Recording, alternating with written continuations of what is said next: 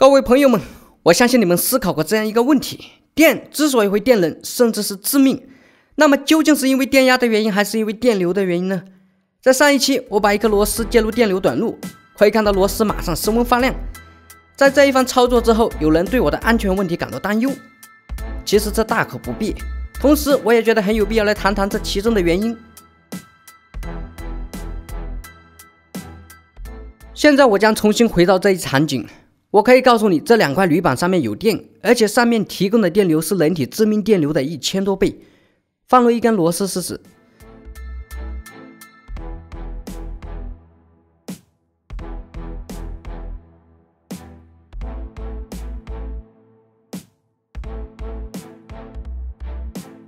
一下子就能被烧红。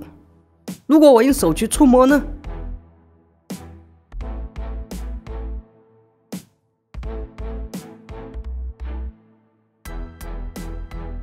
显然是没有任何感觉。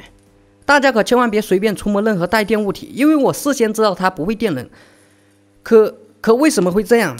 连那么粗的螺丝都能被烧红，而人体连感觉都没有。这是因为它输出的是低压，我们人体与金属导体相比，电阻要大很多。一般而言，人体内电阻大概是几百欧左右，人体表电阻一般是1500欧左右的值。人体电阻没有固定准确的值。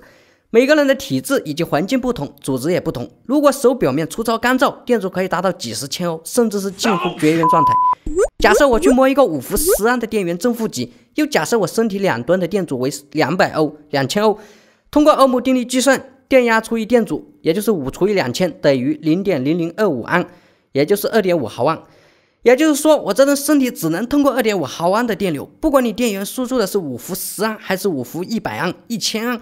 我的身体只能流过 2.5 毫安的电流，人体致命电流是50毫安左右，所以这种情况下我显然不会有什么事，还能继续做视频。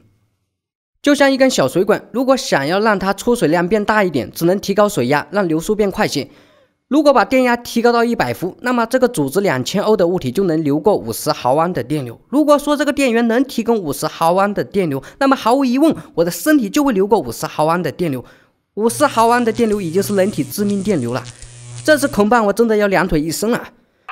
但是我显然没这么傻，对吧？你们也许听说过人体安全电压36伏，其实这只是一个参考值。如果你手干燥的话，触摸60伏电压什么感觉都没有；如果手潮湿的话，触摸12伏电压都能让你抓狂。但是生命危险肯定是没有。那么由此可见，电之所以危险，是因为电压吗？答案是否定。电之所以会电人，甚至是致命，其本质原因还是因为电流。因为人体比金属电阻大很多，必须施加高压才能流过较多的电流，而金属导体电阻较低，哪怕是很低的电压驱动就能流过大电流，前提是电源能提供这么大的电流。就像打火机里面的压电晶体能释放几千伏的电压，当时提供的电流非常微弱，即便是对着我的手放电，也只是感觉像挠痒一样。又或者这个马克思发生器，它的电压能达到10万伏左右，当时电流还是非常微弱，被它电到虽说没什么生命危险，但是一定会很痛。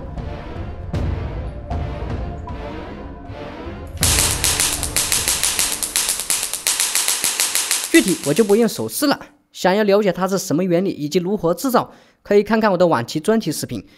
总而言之，大电流并不可怕，可怕的是伴随高压，高压也并不可怕，可怕的是具备大电流，弄清其中的关系也就无所畏惧了。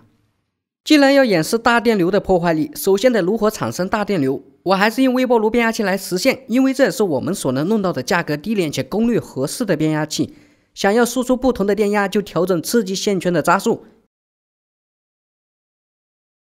一圈电压是 0.93 伏，2圈电压是 1.91 伏，3圈电压是 2.86 伏，以此递增。如果想要大电流，就换成更粗的导线，但是这样做没法绕更多的扎数，具体看怎么取舍。这个变压器额定功率800瓦，这是它原本的刺激线圈，可以看到线径很细，但是圈数很多。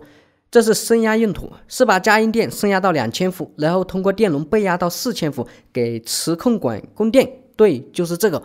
它的用途就是产生微波加热食物。有国外玩家用这个进行各种骚操作，往这一照手机爆炸，往那一照家电冒烟。其实大功率微波也是蛮危险的，不是有传闻某战斗机雷达发出的微波能烤熟1公里远的鸡吗？我不知道是否有夸大的嫌疑，但是大功率微波绝对不是闹着玩的。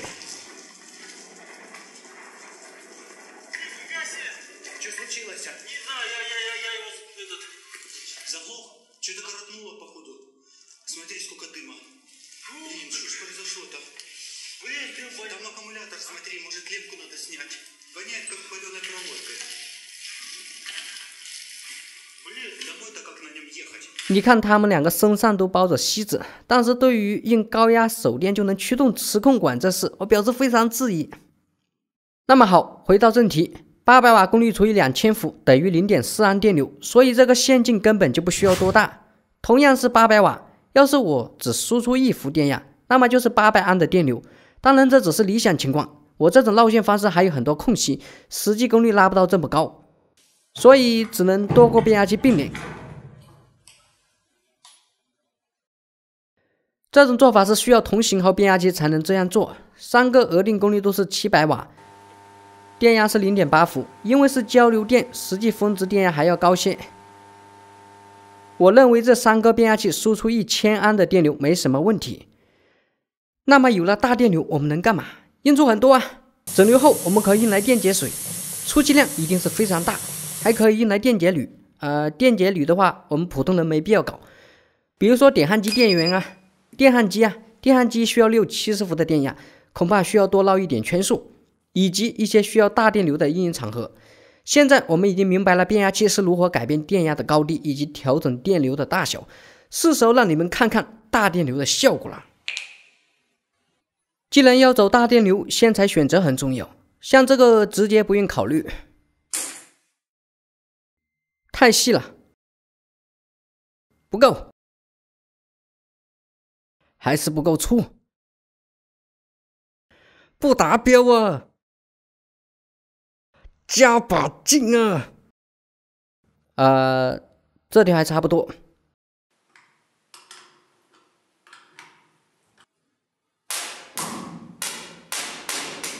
这是我家庭的主线了，所有的硬电器都接在这根线上面。还是那句话，这是安全电压，不用害怕。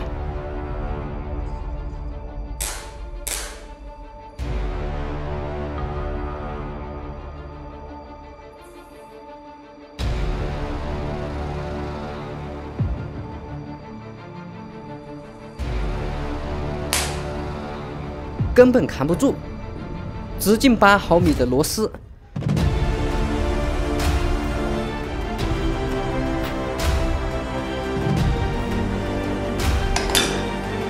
几乎是秒红。接下来就是扳手，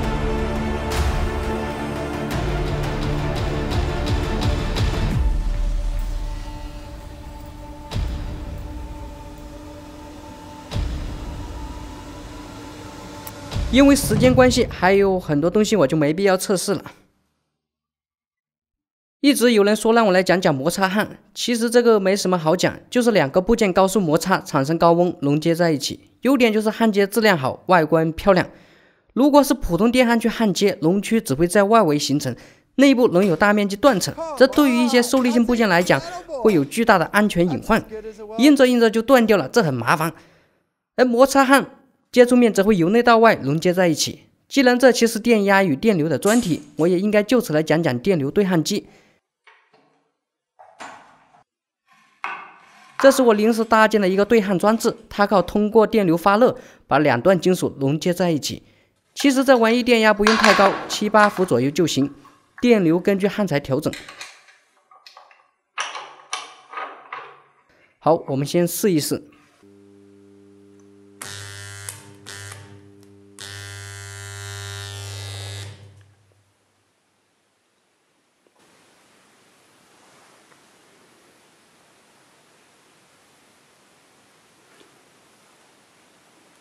还是比较牢固的。